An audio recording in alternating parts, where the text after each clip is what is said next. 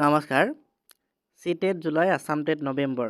যিহেতু LPUP Assam TET অনুষ্ঠিত হ'বলৈ গৈ আছে, ইতিমধ্যে ইয়াৰ ওপৰত আমি ভিডিঅ' বনাইছোৱেই। LPUP আমাৰ যি আছাম টেট অনুষ্ঠিত হ'বলৈ গৈ আছে, লগতে CTET জুলাই। আৰু আপোনালোকক ভিডিঅ'টো আৰম্ভ কৰাৰ আগতে এটা খবৰ দিব বিচাৰিছোঁ।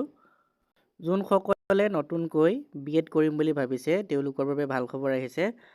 আমাৰ যি ডিব্ৰুগড় ইউনিভাৰ্চিটিৰ BEd যি এণ্ট্ৰেন্স এক্সাম, তাৰ বাবে নটিফিকেশ্যন জাৰি কৰা হৈছে। আপোনালোকে হয়তো সকলোৱে জানে ইয়াৰ বাবে কোৱালিফিকেশ্যন কেনেকুৱা ধৰণৰ হয়, চিলেবাছ কেনেকুৱা ধৰণৰ হয়, সকলোখিনি হয়তো আপোনালোকে গম পায়েই আগতে যদি দিছে। আমাৰ 50% মাৰ্ক আপোনালোকৰ থাকিব লাগিব। আমাৰ গ্ৰেজুৱেশ্যনত 50% মাৰ্ক থাকিব লাগিব, তেতিয়াহে আপোনালোকে BEdৰ যি এণ্ট্ৰেন্স এক্সামৰ কাৰণে এপ্লাই কৰিব পাৰিব। আপোনালোকৰ যদিহে আমাৰ BEd এক্সামৰ ওপৰত ডিটেইলছত চিলেবাছ বা কোৱালিফিকেশ্যনৰ ওপৰত ভিডিঅ' লাগে, তেনেহ'লে কমেণ্ট কৰি জনাব। মই নেক্সট ভিডিঅ'ত আপোনালোকৰ BEd এক্সামৰ বিষয়ে দিবলৈ চেষ্টা কৰিম। এইখন আপোনালোকৰ ডিব্ৰুগড় ইউনিভাৰ্চিটিৰ হয়। আমাৰ গুৱাহাটী ইউনিভাৰ্চিটিৰ বৰ্তমান অহা নাই। গুৱাহাটী ইউনিভাৰ্চিটিৰ যদি আহে বা তেজপুৰ ইউনিভাৰ্চিটিৰ যদি আহে, মই আপোনালোকক জনাই দিম। তাৰ বাবে আপোনালোকে চেনেলটো ছাবস্ক্ৰাইব কৰি ৰাখিব। আৰু যি আমাৰ BEd আপোনালোকৰ আমাৰ BEd কোৰ্চটো, সেই ডিগ্ৰীটো আপোনালোকৰ 2 বছৰীয়া ডিগ্ৰী হয়। আপোনালোকে 2 বছৰ পঢ়িব লাগিব, তাৰপিছত আপোনালোকৰ কমপ্লিট হ'ব। আৰু আমাৰ পাৰ্চুইং কেণ্ডিডেটৰ আপোনালোকে যদি প্ৰথম ইয়েৰটো আপোনালোকে পাছ কৰিছে, ছেকেণ্ড ইয়েৰত আছে, তেনেহ'লে যদি আমাৰ GTPGT হওক বা LPUP শিক্ষক পদে আহে, তেনেহ'লে আপোনালোকে এপ্লাই কৰিব পাৰিব। আপোনালোকে পাৰ্চুইং হ'লেও এপ্লাই কৰিব পাৰিব। যদিহে আপোনালোকে দ্বিতীয় বৰ্ষত আমাৰ ছেকেণ্ড ইয়েৰত থাকে, তেতিয়াহ'লে এপ্লাই কৰিব পাৰিব। আৰু যিহেতু এইবাৰ আমাৰ GTPGTৰ বহুখিনি পোষ্ট আহিব, প্ৰায় 10,000 ওপৰত এইবাৰ GTPGTৰ পোষ্ট আহিব। গতিকে আপোনালোকে BEd এণ্ট্ৰেন্স এক্সামটো আপোনালোকে দি থওক, আপোনালোকে BEdটো কৰি থওক, আপোনালোকৰ সুবিধা হ'ব। গতিকে আমাৰ খুব কম দিনৰ ভিতৰত আপোনালোকৰ GT আৰু PGTৰ এডভাৰটাইজমেণ্ট আপোনালোকে দেখিবলৈ পাব। CTET central teachers eligibility test, ইয়াৰ জুলাই ছেশ্যনটো যি আমাৰ ইতিমধ্যে আপোনালোকৰ CTETৰ ৰিজাল্ট ঘোষণা কৰিছে। আমাৰ CTETৰ ৰিজাল্ট ঘোষণা কৰা আপোনালোকৰ এমাহমান সময় হৈ গৈছে। আমাৰ নেক্সট আপোনালোকৰ জুলাই ছেশ্যনটো আৰম্ভ হ'বলৈ বাকী আছে। যিহেতু CTET বছৰত দুবাৰকৈ অনুষ্ঠিত হয়, আমাৰ 2 বছৰমানৰ পৰা অলপ খেলিমেলি হৈ আছে যদিও CTETৰ এক্সাম কণ্ডাক্ট কৰাত, কিন্তু আপোনালোকৰ বছৰত দুবাৰকৈ CTET অনুষ্ঠিত হয়। আৰু আমাৰ যি CTET অনুষ্ঠিত হৈ গ'ল, তাৰ ৰিজাল্টটো ইতিমধ্যে ঘোষণা কৰিছে। আমাৰ বাকী আছে এতিয়া নেক্সট CTET আপোনালোকৰ জুলাই ছেশ্যনৰ যি নটিফিকেশ্যন আহিবলৈ।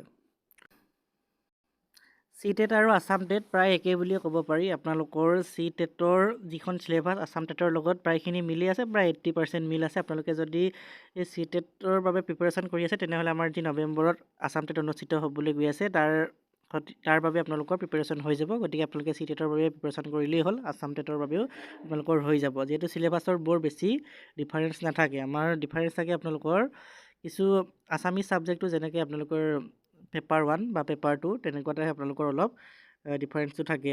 যদিও আমাৰ প্ৰায়খিনি চিলেবাছ একেই, আপোনালোকৰ প্ৰায় 80% চিলেবাছে CTET আৰু আছাম টেটৰ মিল আছে। আৰু CTETটো আপোনালোকৰ LP আৰু UPৰ বাবে হয়। আমাৰ ফাৰ্ষ্ট পেপাৰ আৰু ছেকেণ্ড পেপাৰ, আপোনালোকৰ প্ৰথম পেপাৰখন মৰ্ণিং শ্বিফ্টত আৰু দ্বিতীয় পেপাৰখন ইভিনিং শ্বিফ্টত অনুষ্ঠিত হয়।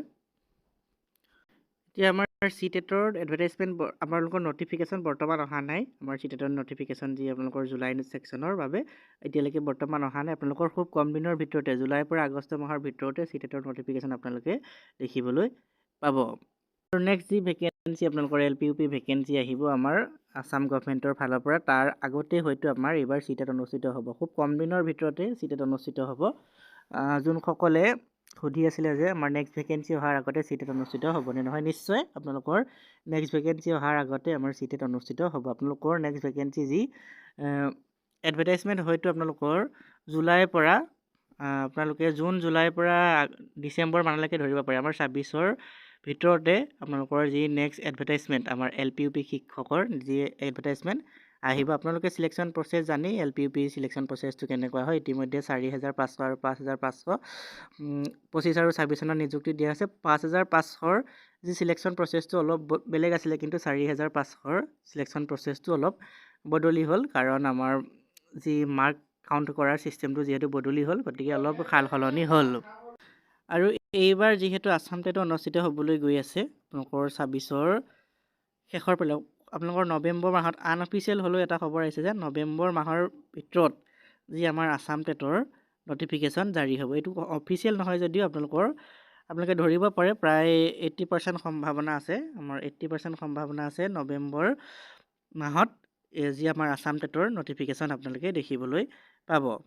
আৰু এনেকুৱা নহয় যে আসাম টেট অনুষ্ঠিত হ'লে আপোনালোকৰ যি চি টেটৰ চাৰ্টিফিকেটৰ ভেলু কমি যাব, এনেকুৱা নহয়। আমাৰ আসাম টেটৰ চাৰ্টিফিকেটখনৰ ভেলু যিমানখিনি আছে চি টেটৰ চাৰ্টিফিকেটৰ ভেলু সমানে আছে। আমাৰ প্ৰথম পৰ্যায়ত আপোনালোকৰ যি আসাম টেট অনুষ্ঠিত হৈছিলে 12 চনত অনুষ্ঠিত হৈছিলে, লগতে 19 চনত আৰু 21 চনত অনুষ্ঠিত হৈছিলে।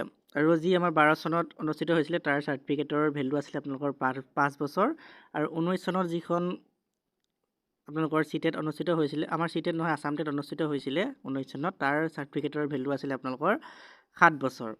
7 বছৰ ভেলু আছিলে। আৰু তাৰ পিছত যি 21 চনত আমাৰ আসাম টেট অনুষ্ঠিত হ'ল, তাৰ চাৰ্টিফিকেটৰ ভেলু লাইফ টাইম কৰা হ'ল। আপোনালোকে আসাম টেট দিলেও যে চি টেট দিব নোৱাৰিব তেনেকুৱা নহয়। আপোনালোকে আসাম টেট দিলেও চি টেট দিব পাৰিব। আপোনালোকে আসাম টেট দিলেও চি টেট দি আপোনালোকে পাৰ্চেণ্টেজটো আপোনালোকৰ বঢ়াব পাৰিব।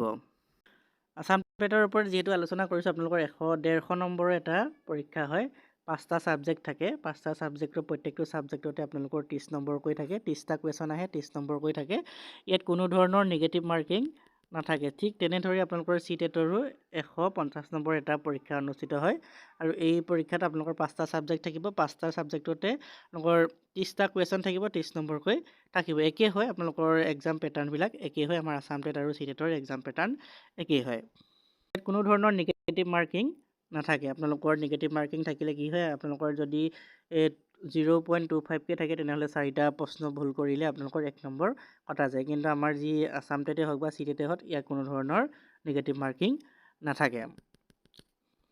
আৰু যোনসকলে DLED কৰিম বুলি ভাবিছে তেওঁলোকৰ নটিফিকেশ্যন খুব কম দিনৰ ভিতৰতে, আপোনালোকৰ এমাহ 1.5 মাহৰ ভিতৰতে আমাৰ DLEDৰ এণ্ট্ৰেন্স এক্সাম যি পেট এক্সাম অনুষ্ঠিত হ'ব তাৰ বাবে নটিফিকেশ্যন জাৰি কৰা হ'ব। আপোনালোকে খুব কম দিনৰ ভিতৰতে DLEDৰ পেট এক্সামৰ বাবে নটিফিকেশ্যন দেখিবলৈ পাব। আৰু নটিফিকেশ্যন অহাৰ লগে লগে মই জনাই দিম, তাৰ বাবে আপোনালোকে চেনেলটো ছাবস্ক্ৰাইব কৰি ৰাখিব।